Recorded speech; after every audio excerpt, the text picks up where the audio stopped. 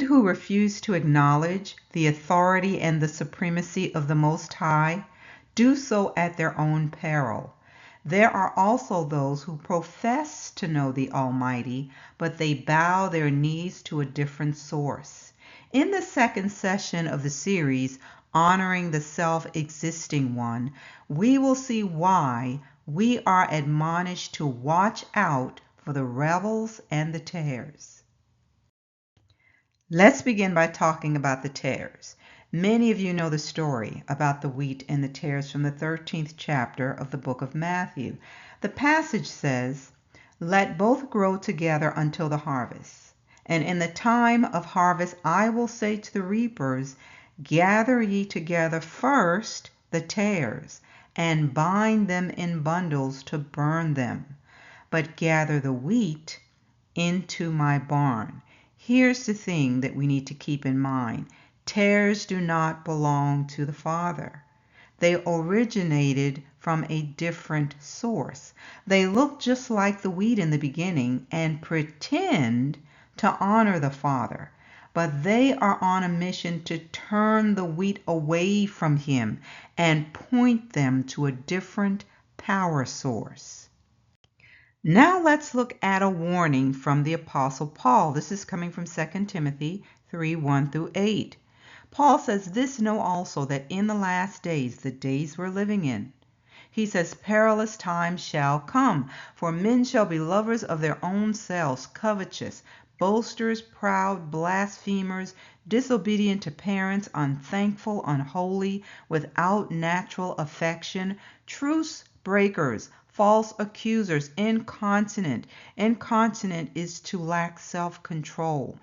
He says they are fierce, despisers of those that are good, traitors, heady, high-minded, lovers of pleasures more than lovers of Yah. They have a form of godliness, he says, but denying the power thereof. So Paul says, from such turn away. What else does he say about them? He says, "For of this sort are they which creep into houses and lead captive silly women laden with sins, led away with divers lusts." He's still talking about the same people, and then he describes them as ever learning and never able to come to the knowledge of the truth. And as I continue reading, you will find out why. But now you're going to see he compares them to two men. He says, "Now as Janus and Jambres withstood Moses, so do these also resist the truth." Listen to why. They are men of corrupt minds. They are reprobate concerning the faith. That's why they're ever learning and never able to come to the knowledge of the truth. But who are these two men, Janus and Jambres, who withstood Moses? And interestingly, this is the only scriptural reference with their names. So how did Paul know their names? They're not mentioned in the stories that we read in the Old Testament books, but it is in the Apocrypha. We see it here in the book of Jasher 79. Let's look at verses 25-27. "And Pharaoh said to Moses, What do you require? And they answered him, saying, The Most High of the Hebrews has sent us to thee, to say, Send forth my people, that they may serve me. And when Pharaoh heard their words, he was greatly terrified before them. And he said to them, Go today and come back to me tomorrow. And they did according to the word of the king. And when they had gone, Pharaoh sent for Balaam the magician, and to Janus and Jambres his sons." Now that's interesting. So Paul was referencing sources outside of the 66 books. And I believe it is important for us to know that these two were sons of Balaam. There's nothing good to say about Balaam when it comes to Israel. So we need to understand that the type of people we're dealing with, reprobates and tares, that they are destructive. Like their father, they come to kill, steal, and destroy. Let's keep reading. So he has sent for Balaam and Janus and Jambres his sons, and to all the magicians and conjurers and counselors which belonged to the king, and they all came and sat before the king. But notice that it said Pharaoh was greatly terrified when Moses told him what the Most High said. So that's when he called in these wise men, magicians, sorcerers, etc. And then when Moses and Aaron came back, that's when they began to do their magic tricks to show Pharaoh that they also had powers. They pointed to a different source. That's the job of tares and reprobates.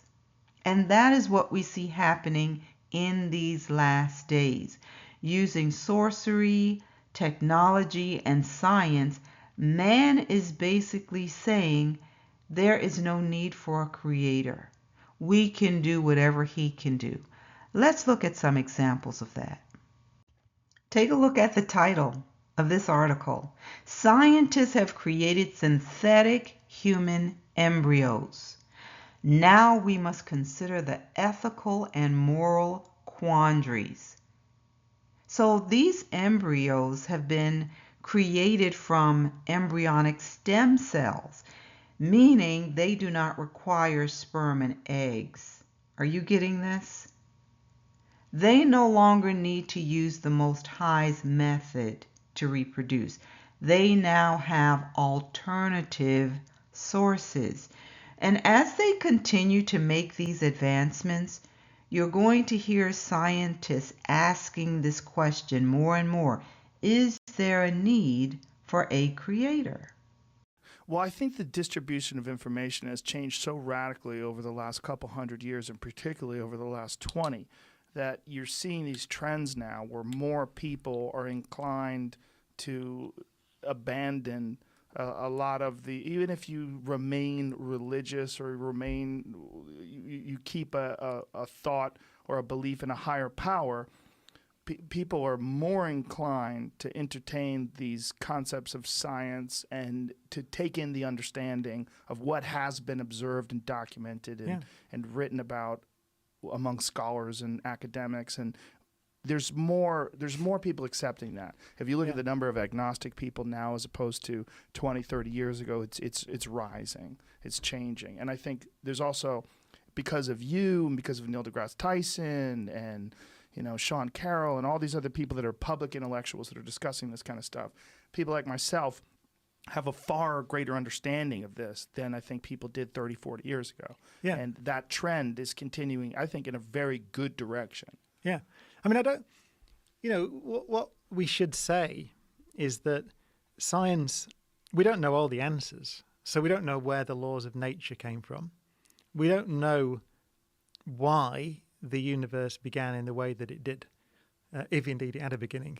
So we don't know why the Big Bang was very, very highly ordered, which is ultimately, as Sean Carroll, actually, you mentioned him, often points out, and he's right, that the whole difference, the only difference between the past and the future, the so-called arrow of time, is that in the past the universe was really ordered, and it's getting more disordered. And that necessary state of order at the start of the universe, which is really the reason that we exist. That's the reason, because the universe began in a particular form. We don't know why that was. So we will probably find out at some point, and it'll be something to do with the laws of nature.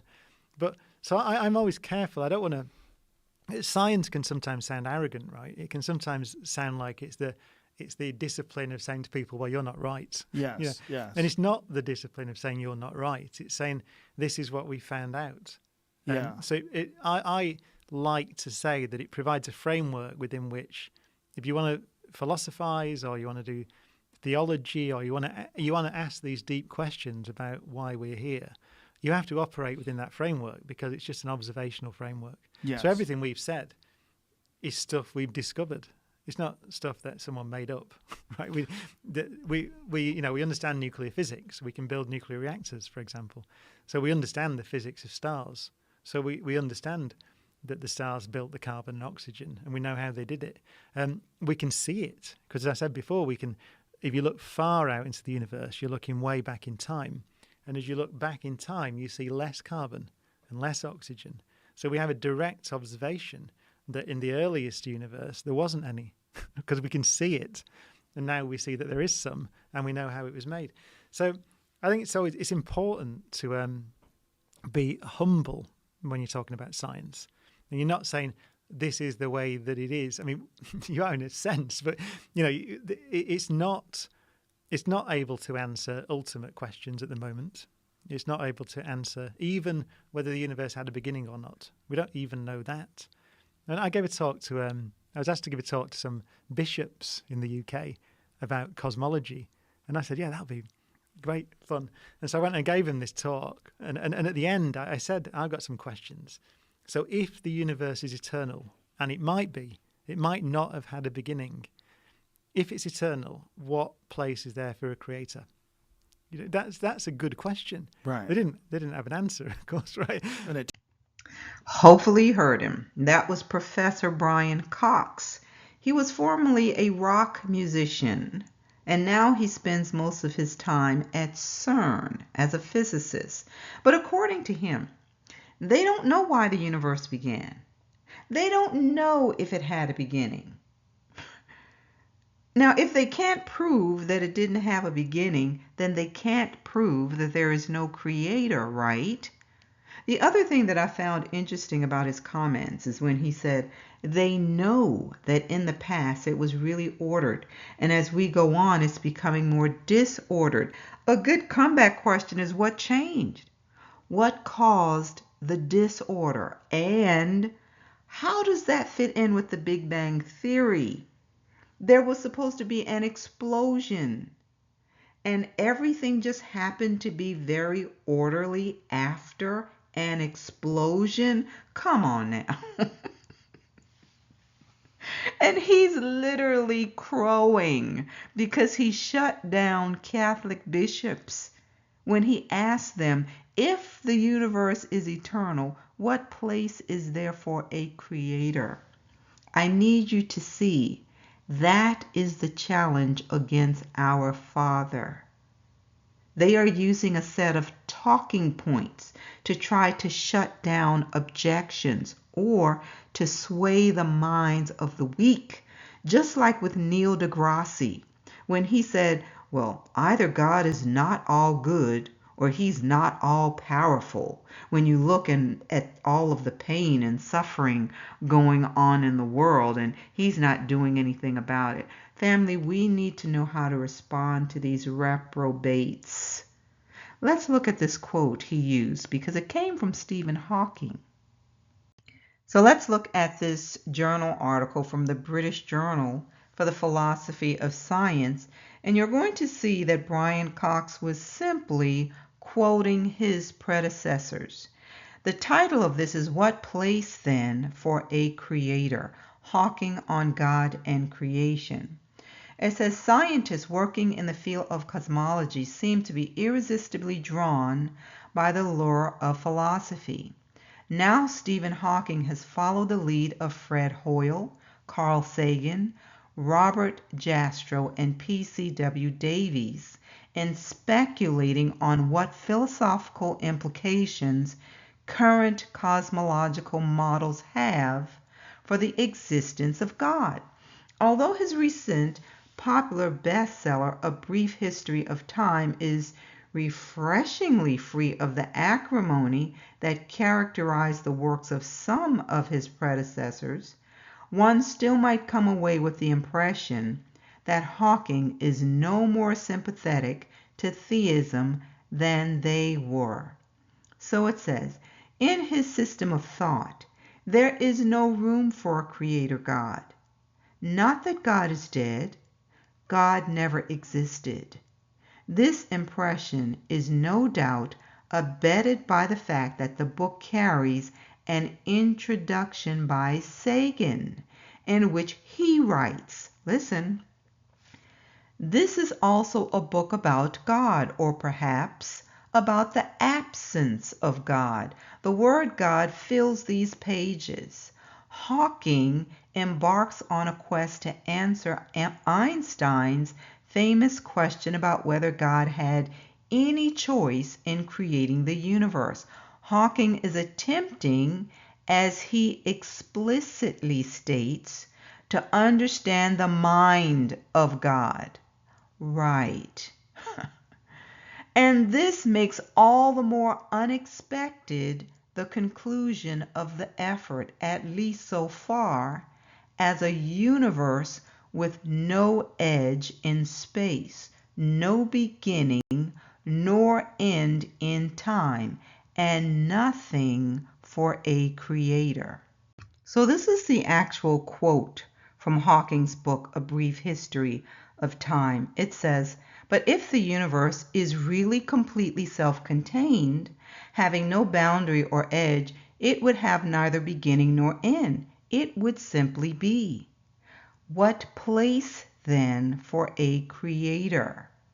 Now, most of you know that Hawking already passed away, but a lot of scientists are still referencing his sources, and they have adopted his mindset.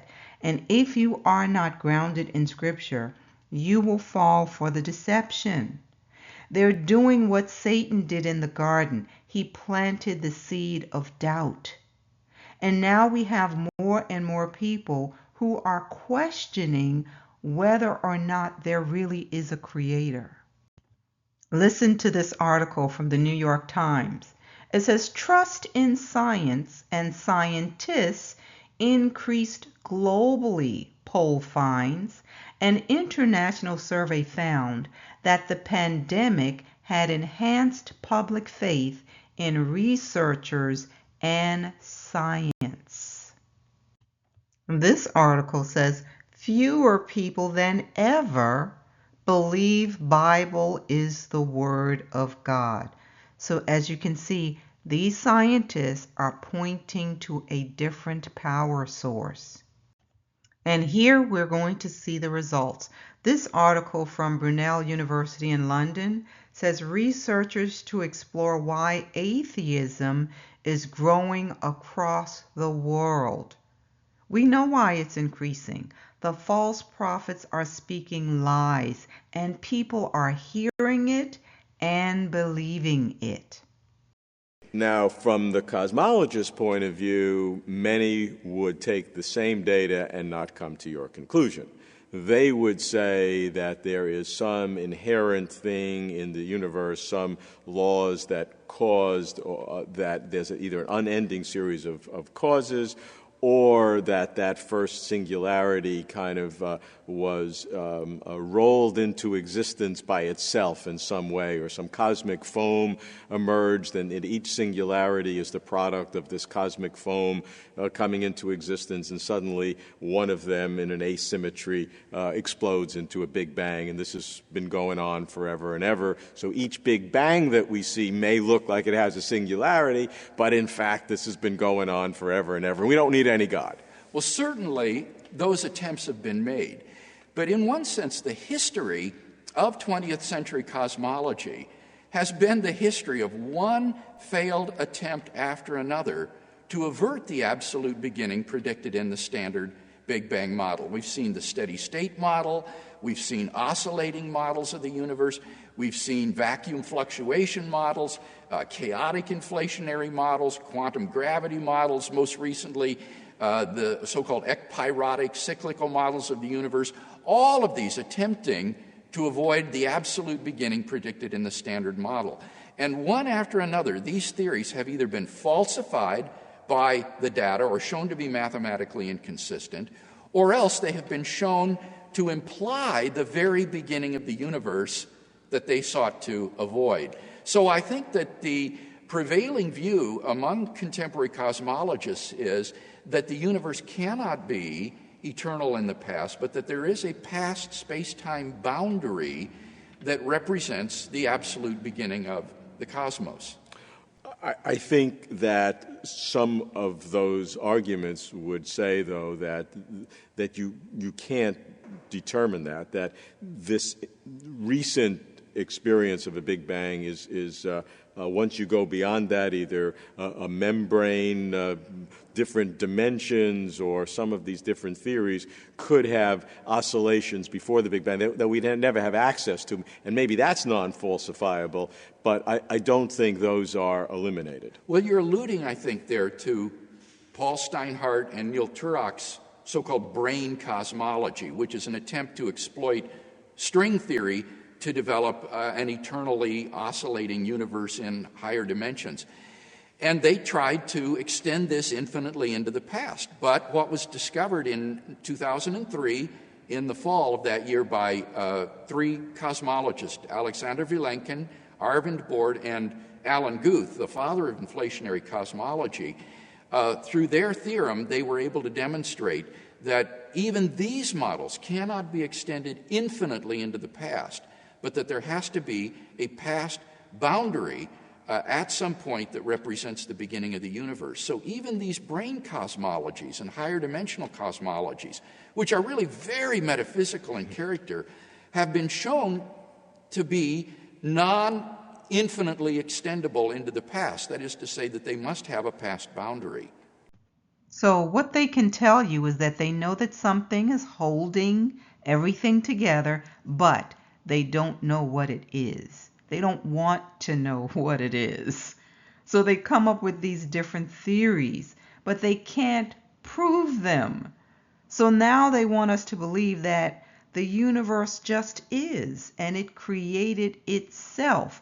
Therefore, there is no need to prove that a creator exists. The Most High answered the questions why, what, and how. But the answer is not good enough for them. To them, science is the be-all and end-all, and we should turn to science for answers, not a creator. So here we see in Revelation 1:8 that the Most High says, I am the Alpha and the Omega, the beginning and the end, says the Most High, who is and who was and who is to come, the Almighty. He is the beginning and end of everything that is. The thing is, they are still scientists. They're still discovering things on this planet. So that tells us that they don't know all of the unknowns. There are still unknown variables. So how could they possibly say there is no creator with absolute certainty? These are rebels and deceivers. They are just like the magicians and the sorcerers that stood against Moses. And if you're not convinced in your own heart and mind about the Most High and who He is, you are going to be deceived. These people are following an agenda to get the world to worship Lucifer. Think about the false prophets that Elijah stood against. Elijah had to be sure and know who the true God was without a shadow of a doubt. He had to rely on His power and His might to send down fire from heaven. The false prophets were pointing to Baal. Elijah, though, allowed the Most High to use him as a witness, and it led the people to turn to Yah. I hope you see just how important it is for us to fulfill our roles as witnesses unto Him. And it will become necessary for us to be unmovable in our beliefs about Yah's supremacy and who we are as His people as these deceptions continue. I'm sure most of you heard about the UFO talk in Washington this past week. This article comes from The Guardian. It says the House of Representatives plans to investigate claims that the U.S. government is harboring UFOs after a whistleblower, former intelligence official, said that the U.S. has possession of intact and partially intact alien vehicles. Again, those who are still trying to decide whether or not you're going to believe Scripture, the choice is going to be made for you, because you can already see where things are headed.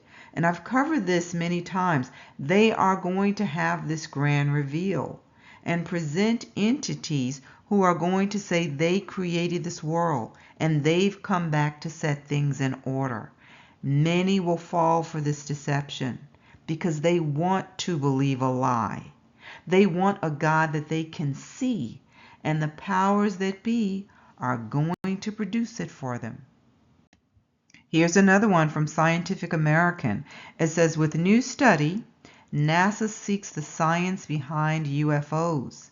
It says, although modest in scope, a NASA research project reflects shifting attitudes towards the formerly taboo subject of UFOs. So, family, we're going to have to guard our hearts so that we are not deceived. The same folks who are at the forefront now trying to debunk the word that says the Most High created heaven and earth will be great influencers for those who want to believe that other entities created this world. Folks will reject truth, so they're going to be turned over to a reprobate mind because they don't want to submit to the Most High.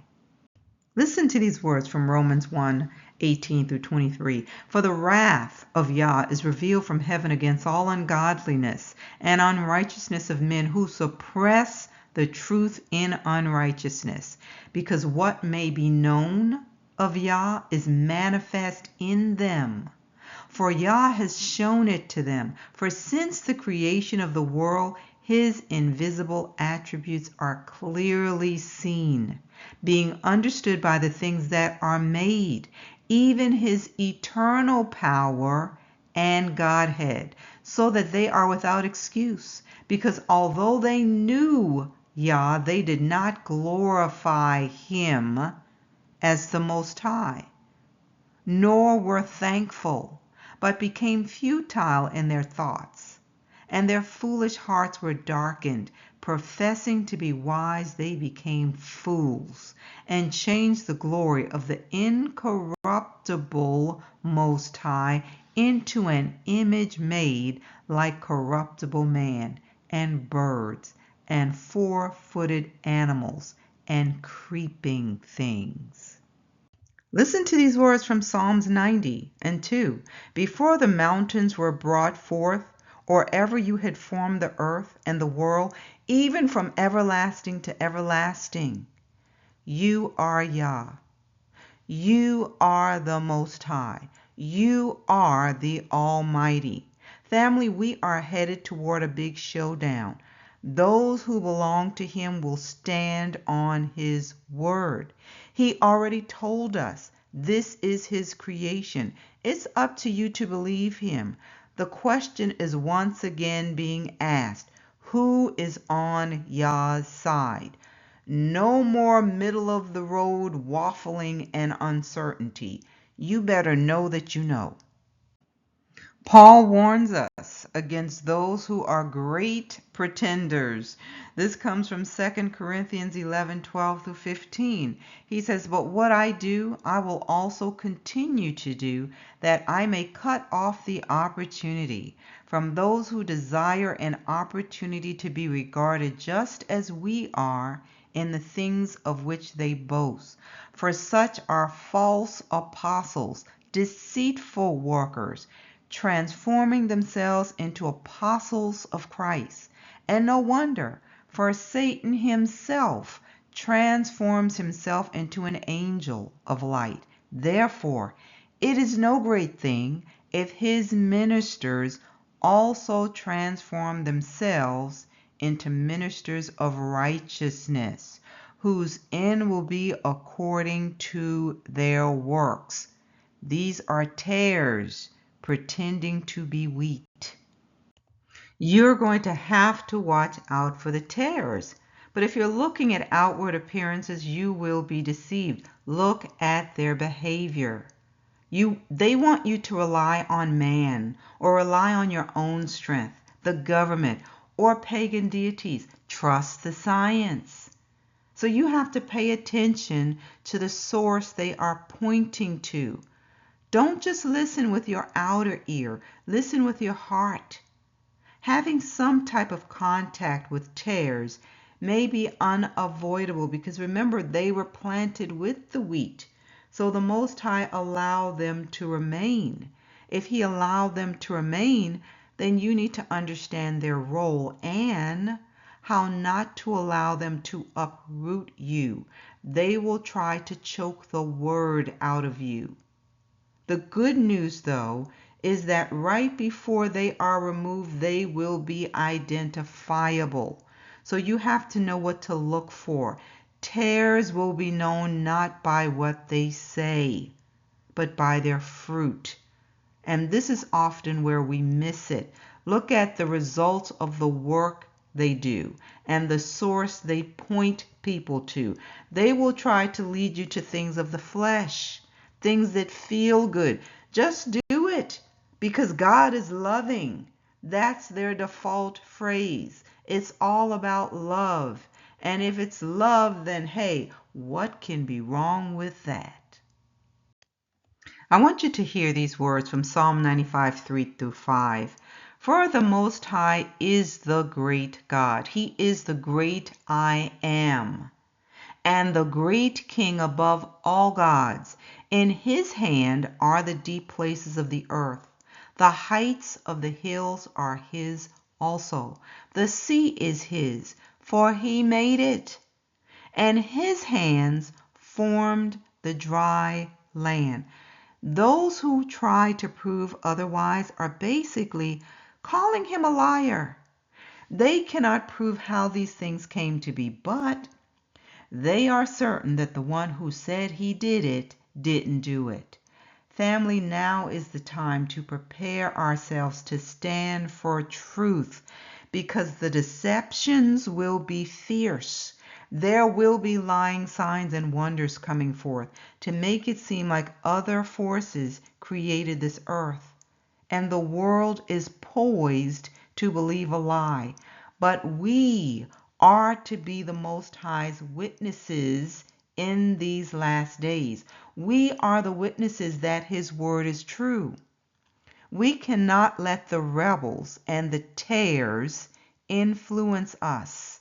If they are pointing to a different source and denying that the Most High is the only source, we have to know how to respond and reject it even when the pressure comes.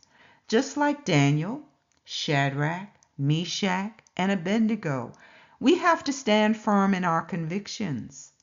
Their enemies thought they would fold when they threatened to take their lives. The truth was worth sacrificing their lives for. Are you ready to make that declaration? Our Father is the self-existing one. There is no other. The earth is His handiwork, and we are His people. Don't let anyone pressure you into saying anything different. We're going to continue with this during the live this coming Wednesday, and I want to show how the curses make us the perfect witnesses in these last days. So be sure to join me. I hope this message has been a blessing to you. Be sure to hit the like, share it, and you are welcome to subscribe if you have not already done so. Join me next time. Be blessed, family.